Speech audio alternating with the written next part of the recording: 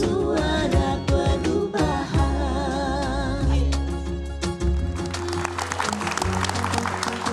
Kembali lagi di Suara Perubahan. Suara Perubahan.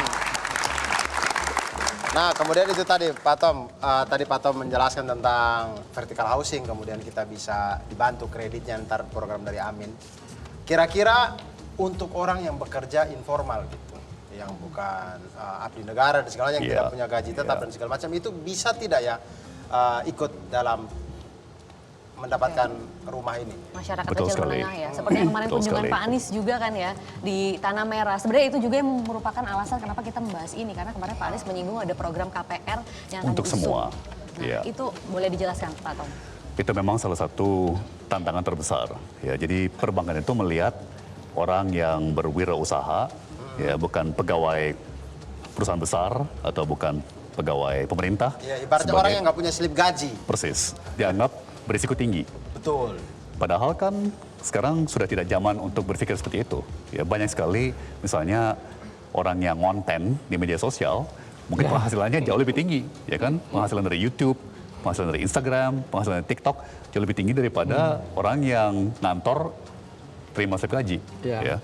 Tapi disinilah diperlukan leadership, ya semacam kepemimpinan dari politician kita, dari polisi kita, dari pemerintah untuk merombak mental bankir kita, mental perbankan kita untuk tidak lagi hanya malas-malesan yang lihat, oh ini punya slip gaji, aman, oh ini nggak punya slip gaji, loh yang slip gaji justru bisa di PHK, ya kan? Yang konten di sosial media mungkin followersnya banyak dan penghasilannya cukup oke gitu. Wah, ya. bisa-bisa besok-besok ntar yang jadi jaminan di bank adalah jumlah followers. Why not? Kenapa tidak?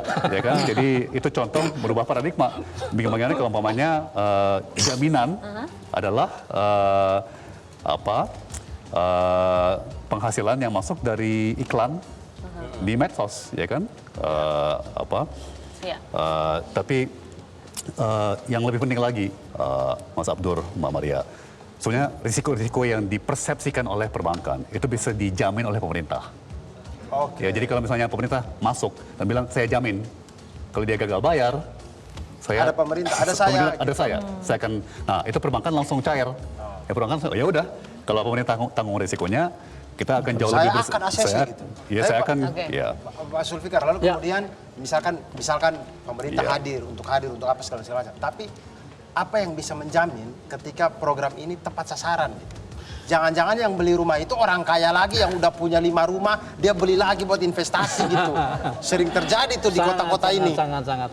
Ya, saya mau mengutip again Lee Kuan Yew ya. Karena ya saya tinggal di Singapura, jadi banyak hal yang bisa dipelajari dari Singapura. Lee Kuan Yew pertama kali jadi Perdana Menteri itu pernah bilang, you cannot build a nation if people don't have a home. Anda tidak bisa membangun bangsa jika orang-orang tidak punya rumah. Ya kan? Dan statement ini menyatakan bahwa negara itu harus masuk ke dalam. Negara sebagai penyedia dan penjamin perumahan buat seluruh orang, buat seluruh warga. Dan ini saya kira bisa bisa ditiru lah oleh leadership di Indonesia, di mana perumahan ini itu harus kita lihat sebagai hak asasi manusia, ya kan? Dan bahwa hak setiap warga negara untuk mendapatkan layanan di mana mereka bisa tinggal dengan layak, dengan nyaman dan terjangkau. Jadi kalau kita bicara tentang jaminan, sebenarnya kan negara Republik Indonesia itu punya sumber daya yang luar biasa, ya kan? Tinggal masalahnya pemihakan aja, ya kan? Mau memihak warga negara Republik Indonesia atau memihak pemilik bisnis properti atau memihak orang-orang tertentu yang menumpuk rumah-rumah di kompleks-kompleks yang kaya raya gitu. Atau memihak IKN. Kayaknya anggarannya Anda lagi suka tiba-tiba ya Maria ya. suka lagi ke arah situ semua nih soalnya ya. Jadi fokusnya agak sulit untuk memberikan perhatian mengenai hunian yang layak ini karena Kalau tidak salah mau sudah ratusan digelontorkan triliun untuk, ya APBN ke sana. Ya, sejauh ini sih 75 triliun. Sudah terpakai 75 triliun sekarang. Tapi mau APBN digelontorkan kita. lagi 400 triliun, ya kan? Wow. Ya, nah menurut kami lebih baik uang itu dipakai untuk menjamin KPR masyarakat, kalau kan? menurut Atau Pak membangun hunian bagi masyarakat. Kalau menurut Pak Sulfikar sendiri kira-kira lebih bagus apakah kita mengembangkan kota-kota yang berpotensi untuk menjadi kota besar ataukah membuat sebuah kota besar baru? Kira-kira. Kalau menurut Pak Jokowi, rencananya kan dia ingin memindahkan paradigma Jawa sentris Iya. menjadi Indonesia sentris, ya Oke. kan? Dengan jalan memindahkan ibu kota dari Jakarta ke Penajam Pasir di Kalimantan Timur. Tetapi sebenarnya menurut saya apa yang dilakukan itu adalah memindahkan Jawa sentris menjadi IKN sentris. Jadi memindahkan satu titik konsentrasi, satu titik ketimpangan ke tempat lain di mana titik ketimpangan ini tuh tetap ada gitu. Nah, apa yang ingin dilakukan oleh pemerintahan Pak Amin ini insya Allah kalau misalnya terpilih gitu ya. Amin. Adalah memindahkan Jawa sentris menjadi multisentris. Oke. Di mana ada banyak sentra-sentra pertumbuhan ekonomi yang terpusat di kota-kota yang sudah ada yang kita bangun. Jadi duit yang 70 triliun tadi yang sudah dipakai untuk membangun IKN Dan masih ada ratusan triliun lagi nanti ke depannya. betul, kemungkinan juga akan naik 2-3 kali lipat karena kalau kita lihat biaya membangun kota itu mahal banget. Nah, biaya tadi sebenarnya bisa dipakai untuk membangun 14 kota-kota yang sudah ada di Indonesia. Di Sumatera, misalnya di Medan, Palembang, Padang, Pekanbaru, di Kalimantan, Balikpapan, Banjarmasin, Pontianak, di Sulawesi ada Makassar, Manado, ada Ambon, Jayapura dan sebagainya, Kupang dan Mataram. Dan duit itu bisa kita pakai untuk membangun 5 jenis infrastruktur di setiap kota. Infrastruktur mencakup public transportation ya, transportasi publik. Public housing juga termasuk. Penyediaan air, ya air bersih, lalu kemudian ruang publik, ya, perumahan dan infrastruktur digital. Sehingga di setiap kota nanti itu wifi-nya gratis. Dan kemudian orang mendapatkan KPR murah untuk tinggal di vertical housing. Oke. Jadi itu kan membuat 14 kota ini jauh lebih nyaman dari sekarang, sehingga orang-orang yang tinggal di sini itu merasa betah dan kita bisa lihat. Kenapa nggak dilakukan saja ya dari sekarang ya kalau gitu ya? Ya akhirnya Ya kan? semuanya pun menjadi kota besar gitu. Iya. Betul. Bukan lagi kota besar cuma di DKI Jakarta ya. Ini sepertinya ada yang mau bergabung dengan kita nih Kakak Abdul. Oh, iya. Kita sekarang membuka pertanyaan kepada para penonton atau audiens yang ada di sini. Silakan. Ada yang mau bertanya? Oh, Nona siapa nih? Kakak Abdur, kalau Nona Saya seorang freelancer saat ini. Saya punya pertanyaan untuk Bapak dan Mbak sekalian. Saya sebagai generasi muda, saat ini saya rasa punya mimpi, punya rumah sendiri itu kayak mimpi yang sangat tidak mungkin rasanya. Apalagi kalau misalkan kita berpatok dengan gaji, misalkan gaji UMR gitu. Rasanya untuk kebutuhan hidup sehari-hari saja tuh tidak cukup gitu, apalagi mungkin kita-kita yang generasi sandwich gitu misalkan.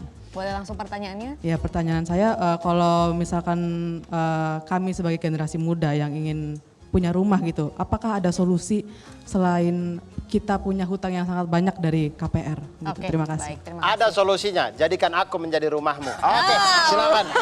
Satu lagi aja kali ya Oh, sekalian. iya, silakan sekalian Ada sama, satu ya. orang lagi biar nanti sekalian dijawab. Oke, silahkan. Perkenalkan, nama saya Resta, saya freelancer. Nah, di sini saya ingin bertanya kepada Bapak sekalian, mungkin permasalahan anak muda sekarang seperti perpenghasilan yang mungkin banyak tanggungan segala macam.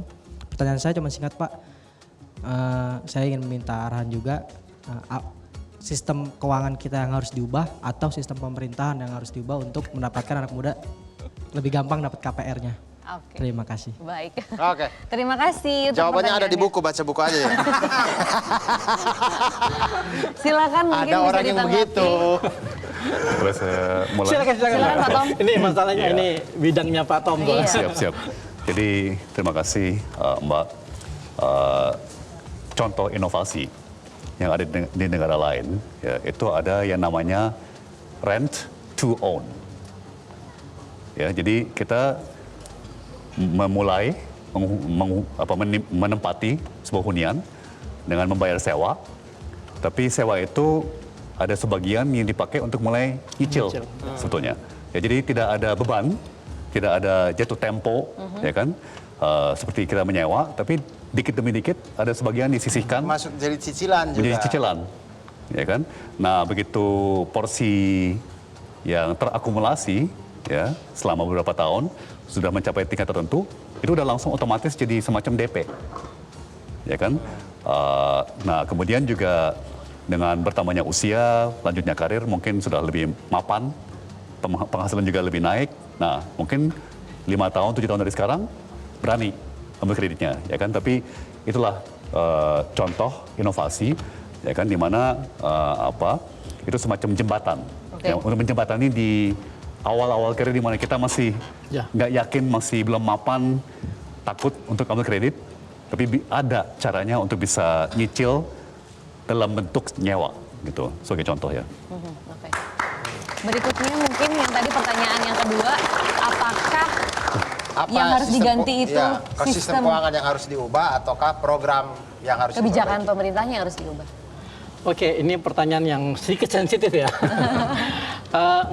Kembali lagi ke poin yang kita tadi bicarakan, bahwa perumahan ini itu adalah kebutuhan seluruh warga Indonesia. Dan mestinya tidak ada diskriminasi di sini, ya. Warga manapun, dari suku manapun, ya, mereka semuanya mestinya punya hak untuk mendapatkan akses ke pembiayaan perumahan. Saya kira di sini yang dibutuhkan itu perubahan paradigma, ya, perubahan cara pandang, perubahan dalam melihat permasalahan perumahan. Kita tidak bisa melihat perumahan semata-mata sebagai mekanisme pasar, di mana sektor finansial itu bergerak dengan sendirinya dengan kepentingan mereka sendiri, tidak. Negara harus ada di situ, hadir di situ, dan kemudian memihak kepada seluruh warga Indonesia supaya mereka punya akses ke pembiayaan dan mereka bisa mendapatkan rumah yang layak dan nyaman. Di perbankan itu ada ribuan triliun dana nganggur. Di saat yang sama, UKM susah untuk bisa mendapat kredit. Betul. Di saat yang sama, masyarakat susah untuk bisa mengakses untuk dapat kredit rumah. Ya kan? Jadi ini Di saat yang sama ada pembangunan IKN. Lagi-lagi. Ya artinya ya butuh orang untuk masuk ke situ untuk mengubah semuanya. Baik. Jelajahi cara baru mendapatkan informasi. Download Metro TV Extend sekarang.